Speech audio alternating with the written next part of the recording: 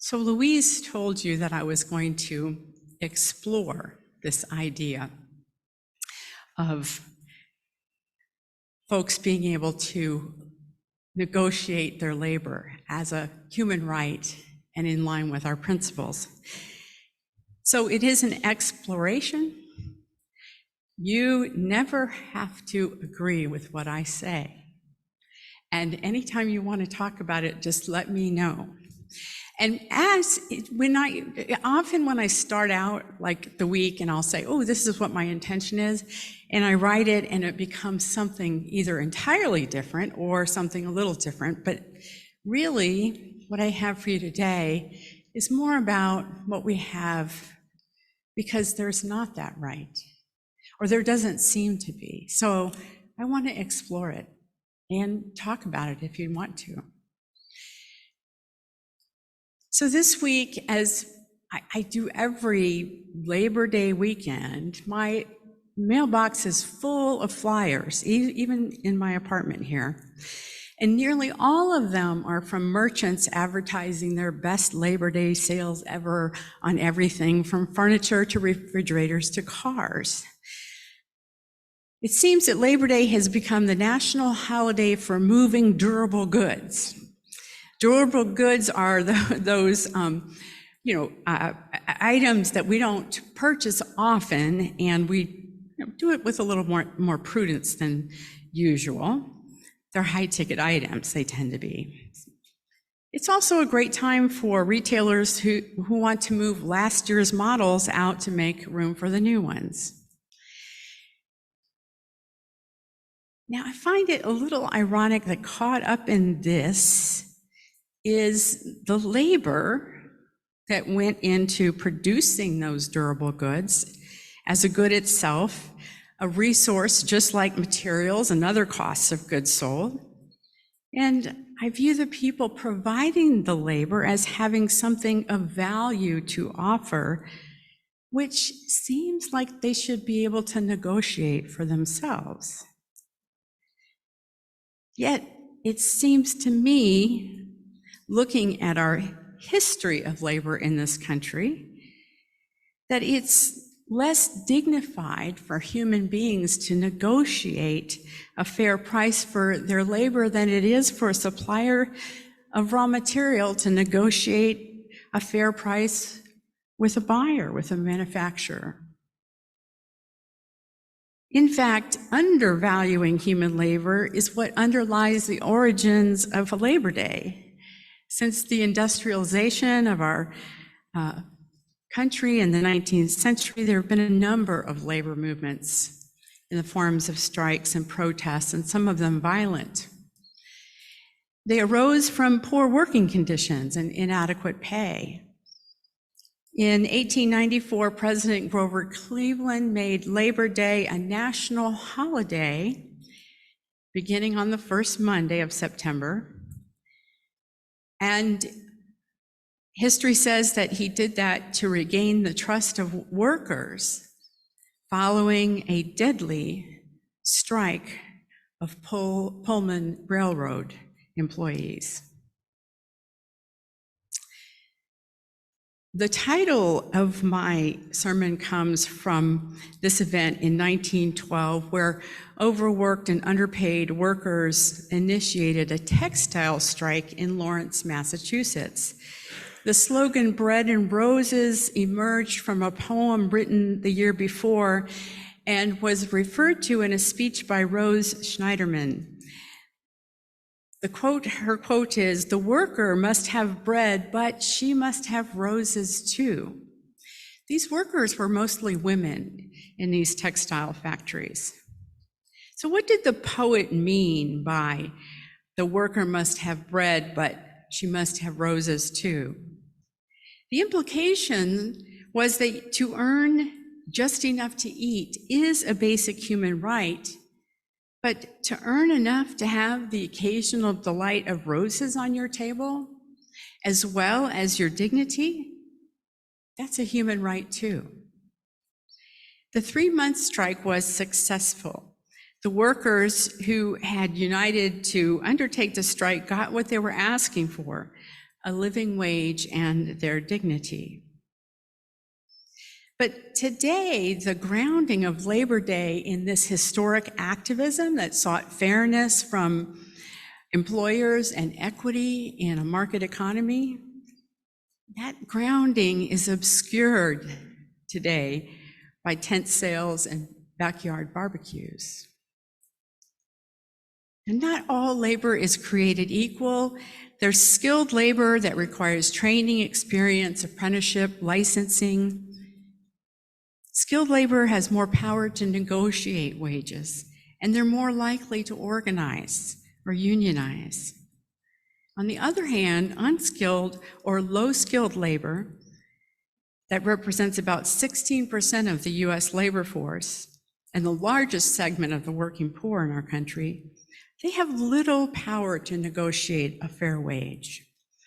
The working poor represent the invisible, unskilled labor employed to do what the rest of us take for granted.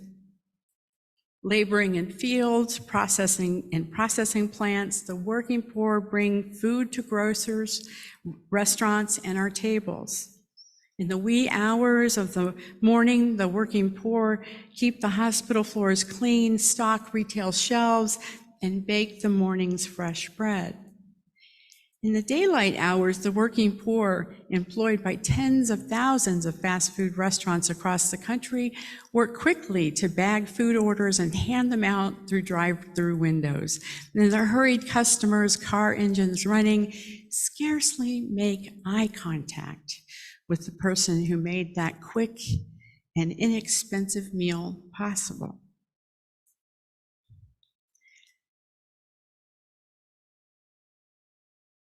Perhaps because the working poor tend to be invisible to the rest of us, they have no collective bargaining power.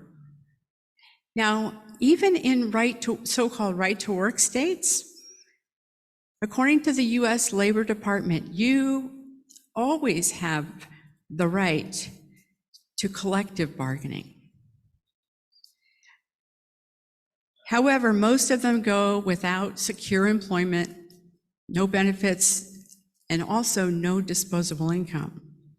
And chances are that on Labor Day, these low-wage earners will be at their jobs while continuing to struggle within a national economy that seems to no longer work for them, not only structurally, but by simple mathematical calculation.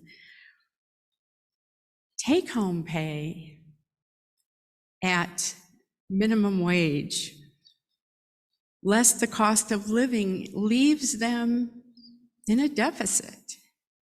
And if they can't find a way to add to their income or reduce their cost of living with subsistence, they're headed for crushing debt or homelessness or both.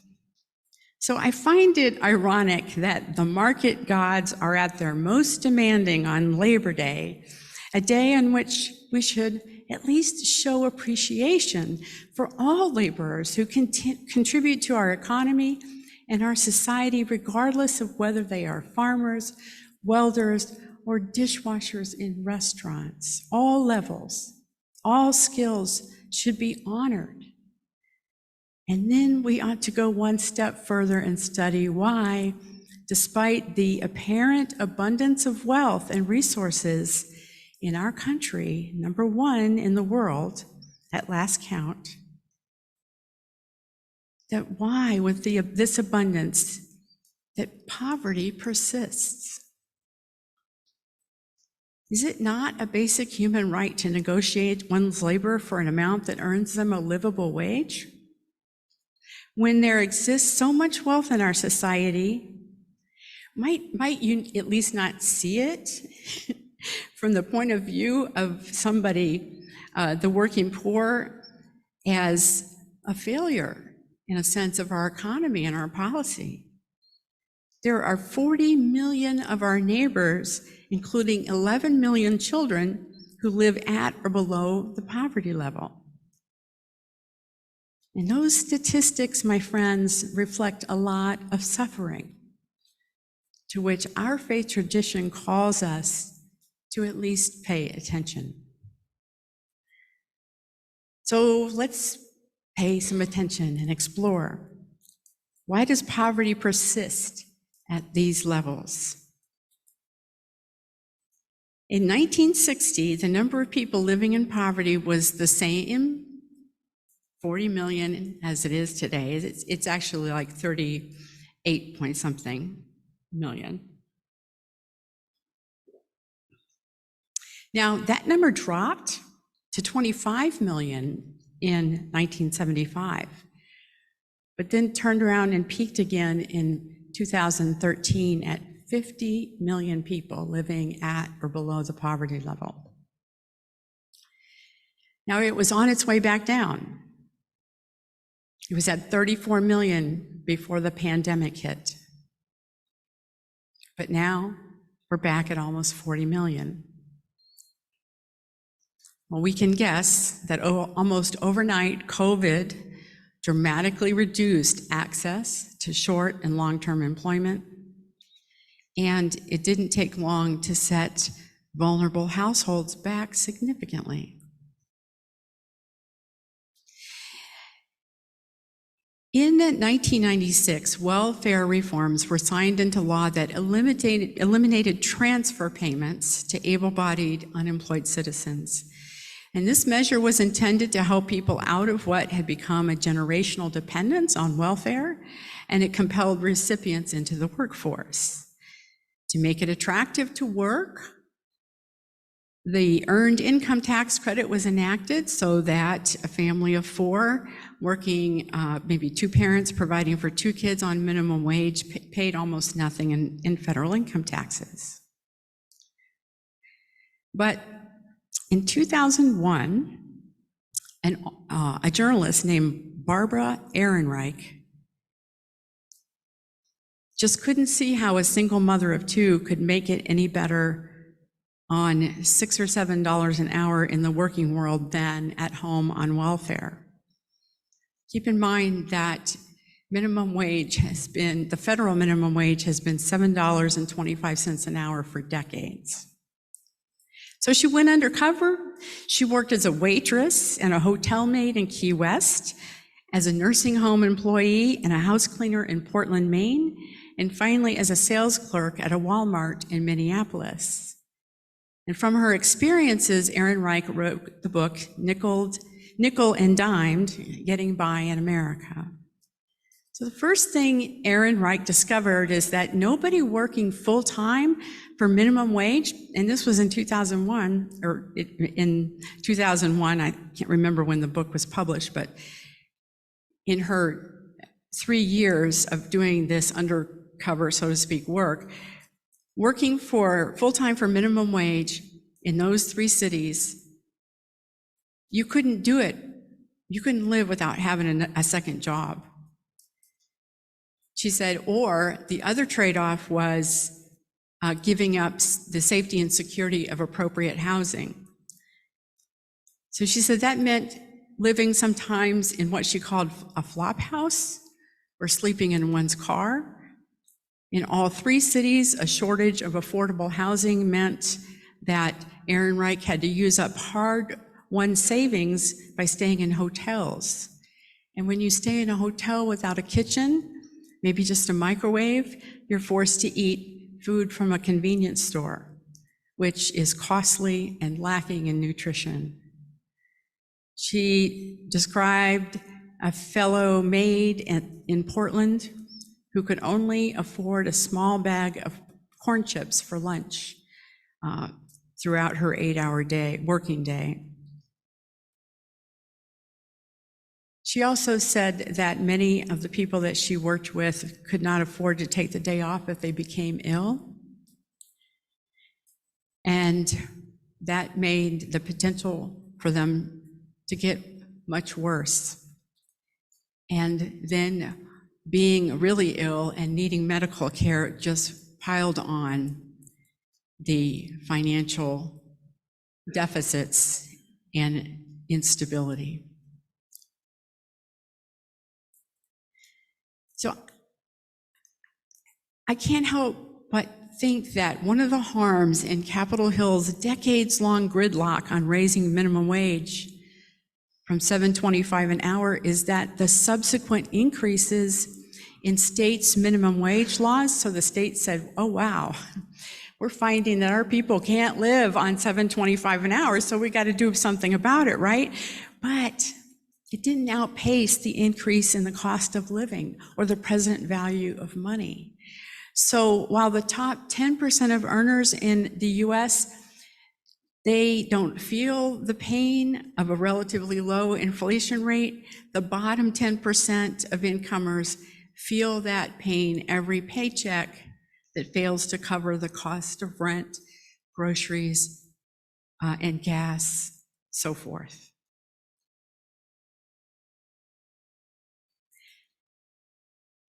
Florida's minimum wage right now is $11. It's going up to $12 an hour at the end of this month.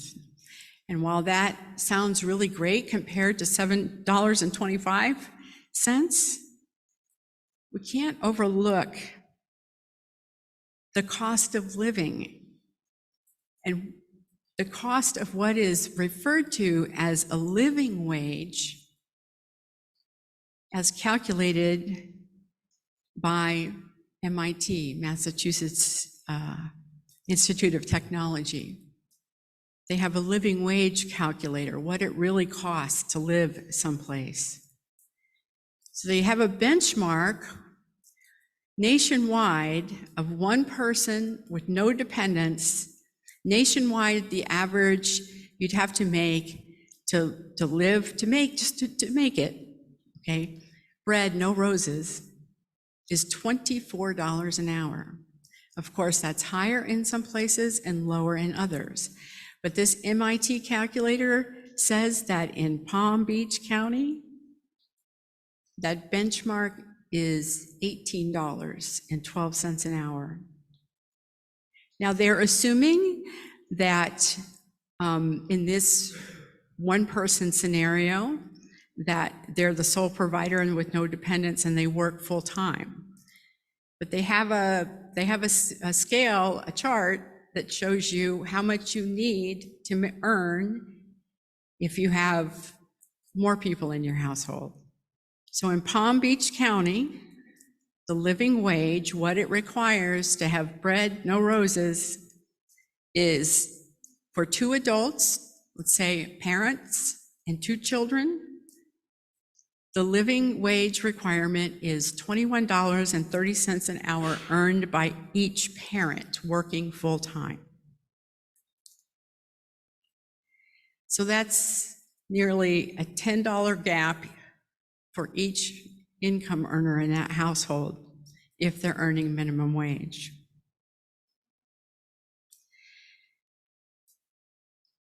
Now, well, I'll talk about that more later, but they have a nearly $40,000 a year shortfall for things like health insurance, rent or a house payment, providing for their children, $40,000, a gap. So today, our social and economic policies leave low-income earners with little to no safety net, in addition to having this huge gap between earning and paying to live. So healthcare and childcare are 2 significant benefits that other countries provide their citizens. In the US, there are assistance programs like Medicaid. There's the child health care program, I think it's called CHIPS, cash assistance and SNAP. I think that's what we used to refer to as food stamps. But if a family of 4 earns more than $30,000 a year, that's about $14 an hour. If they earn more than that, they don't get those benefits. They lose those benefits. So that's a very de-incentivizing policy, isn't it? It's a very, there's no motivation to enter into a self-determined way out of poverty.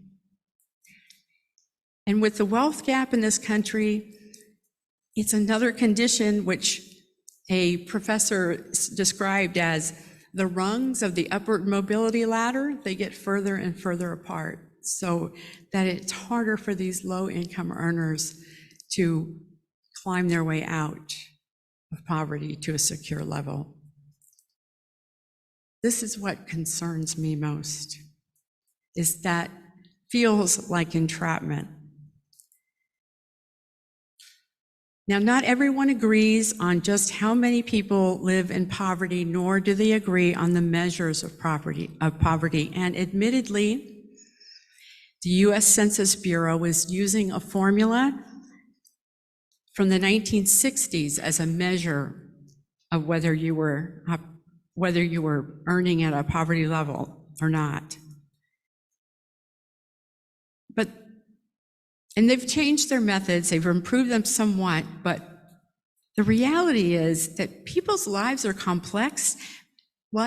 Living conditions are much different these days. You might have multiple people in your household, including parents that you're taking care of. And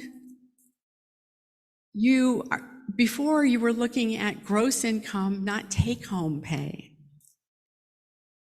So that varies a lot too, and how far your dollar will go depending on where you live. So if you have a wide base of assumptions, your policies will be less effective. And how to resolve that remains to be seen. But in this country, we do have a policy and programs related to it for a certain demographic that has been quite successful. Anybody know what I'm talking about? The Federal Income Security Act. And the result was Social Security and Medicare programs, which have kept tens of millions of senior citizens out of poverty. Today, about 10% of our seniors live at or below the poverty line, but without Social Security, it would be 40%. So it is possible to have success with social programs. Finding the right program and how to fund it presents significant challenges for us as a nation.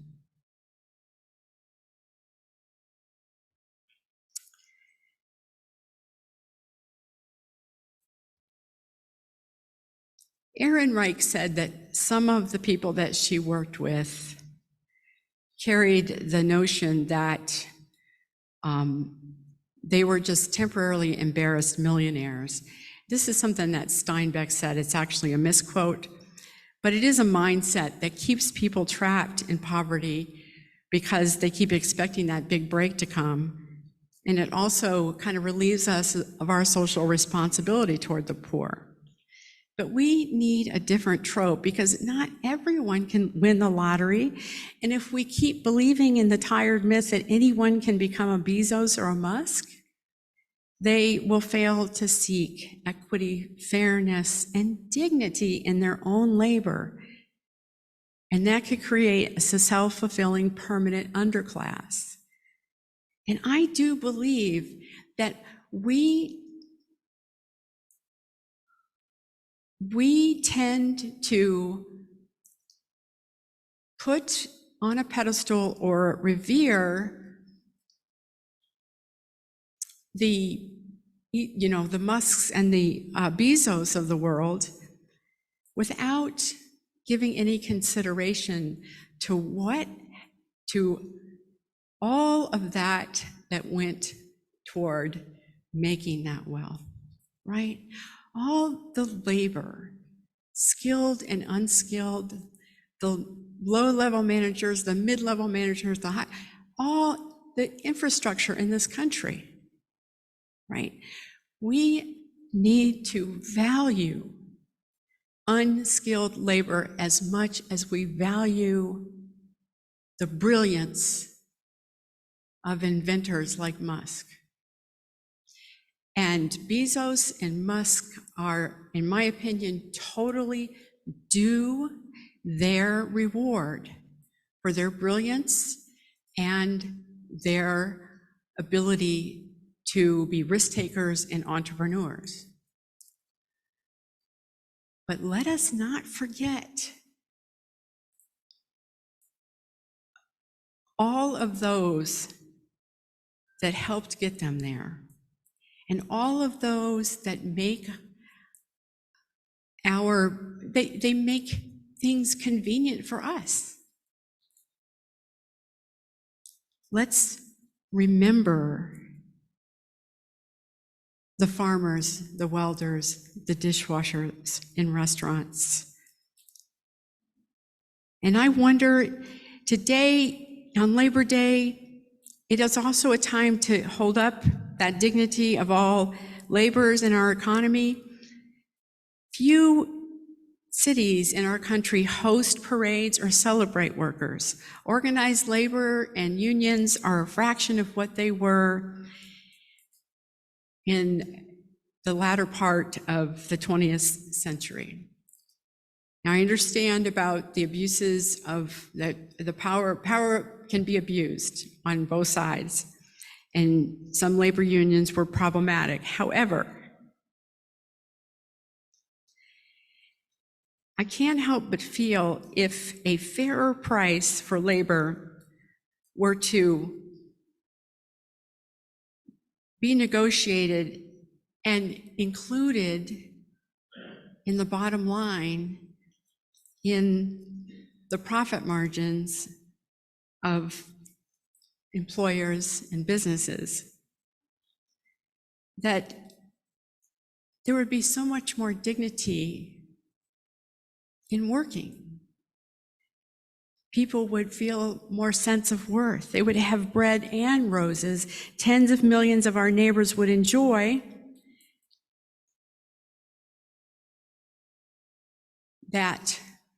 the bread and roses, and we would save trillions of dollars in tax dollars on assistance programs that in the long run have proven ineffective in lowering poverty. So I would love to hear what you have to say about labor and how it's negotiated after the service. But I would ask that on this eve of Labor Day, we at least keep before us our principles of the worth and dignity of every person, and justice, equity, and compassion in our human relations, and that we find our way somehow toward bread and roses for all. May it be so.